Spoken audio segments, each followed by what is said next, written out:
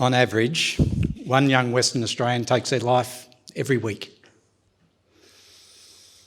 More young people take their own lives and die in car accidents. 1 in 4 people in the age group 11 to 25 will suffer from mental health illness.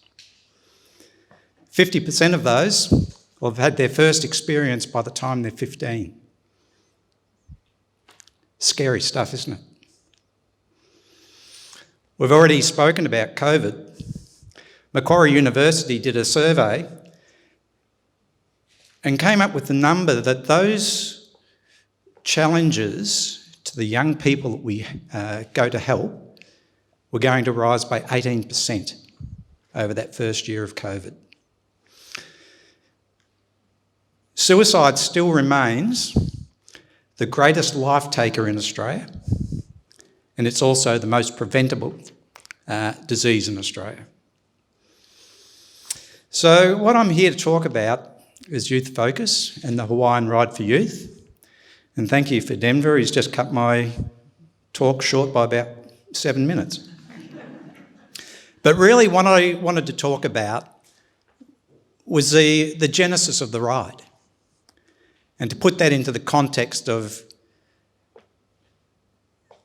let's have a go, have a crack, see what we can do. So 19 years ago, or 20 years ago coming up, a group of parents, all with teenage kids, were sitting around a kitchen table in Floreat. They were all avid cyclists, and somebody came up with the bright idea that we should do something to raise money for charity. So with that thought in mind, they went looking for a charity, and they came across Youth Focus. Now, as Denver has said, Youth Focus provides unlimited free counselling to young people with suffering from mental health issues. Most of those young people have manifested in either attempting to take their own life or self-harm, but all suffer from depression in some way, shape or form. In that first year, there were 22 riders and they raised $125,000.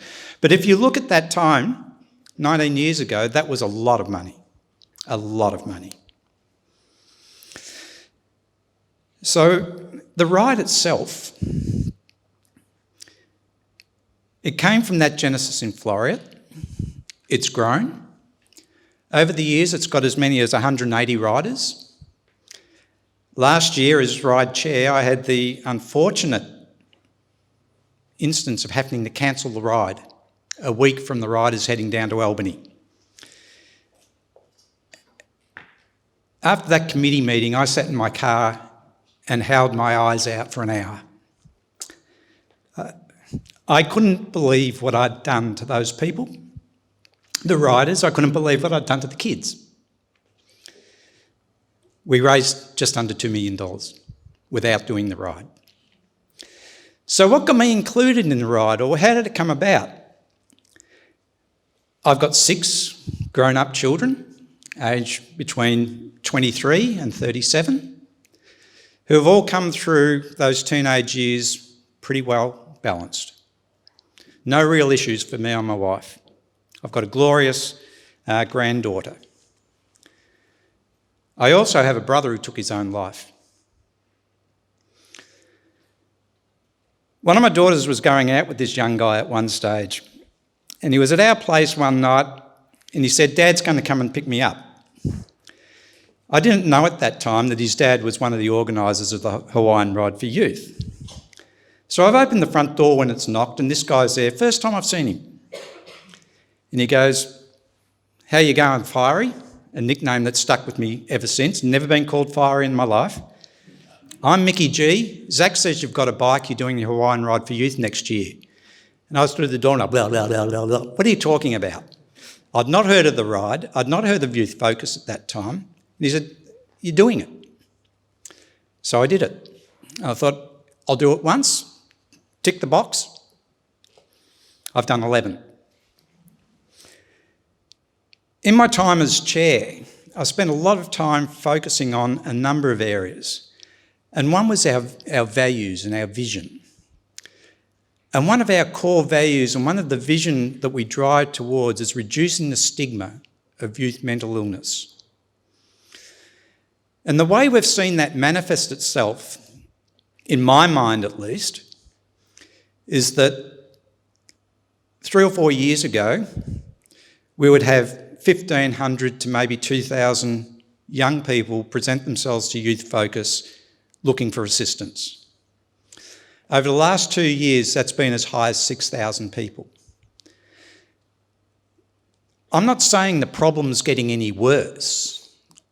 What I am saying is that what the community is doing at present to reduce the stigma around mental health and mental illness is getting more young people, is giving them the courage and the confidence to step forward and say, I need help. As we do the ride, we stop at schools all along the way. So last year, the 3 pelotons that came up from Albany stopped at 19 schools. And in that time, we spoke to 3,000 kids. And I was fortunate enough to speak to 250 kids at Manjimup High. And one of my fellow riders is sitting down the back here, so she can vouch for the numbers. But I did pick up something while I was there. There is no shame in talking it out. And that's the message we try to drive with young people. There is no shame in talking it out. When we go to the school, a rider will always stand up and tell his story about why he's there, how they've been affected by mental health, how they've been affected by depression, and in cases like mine, how we've been affected by a suicide within the family. We then throw the floor open to the kids. And the kids used to start asking questions about, how much did your bike cost? Why do you shave your legs? What's it feel like to be in Lycra? The last 3 or 4 years, we've not had one question like that. We're getting kids talking about the riders' stories and expressing their own feelings. One of the towns we ride through is Collie. Now, Collie's a pretty rough spot. High unemployment rate, one of the highest unemployment rates in Australia, certainly the highest in WA. And I made a comment one year that, and I refer to it as the Collie competition, where the kids stood up one after the other and shared that moment in life that they had. And those stories were horrendous. And I refer to it as a competition because it seemed that each kid wanted to get up and better the story before.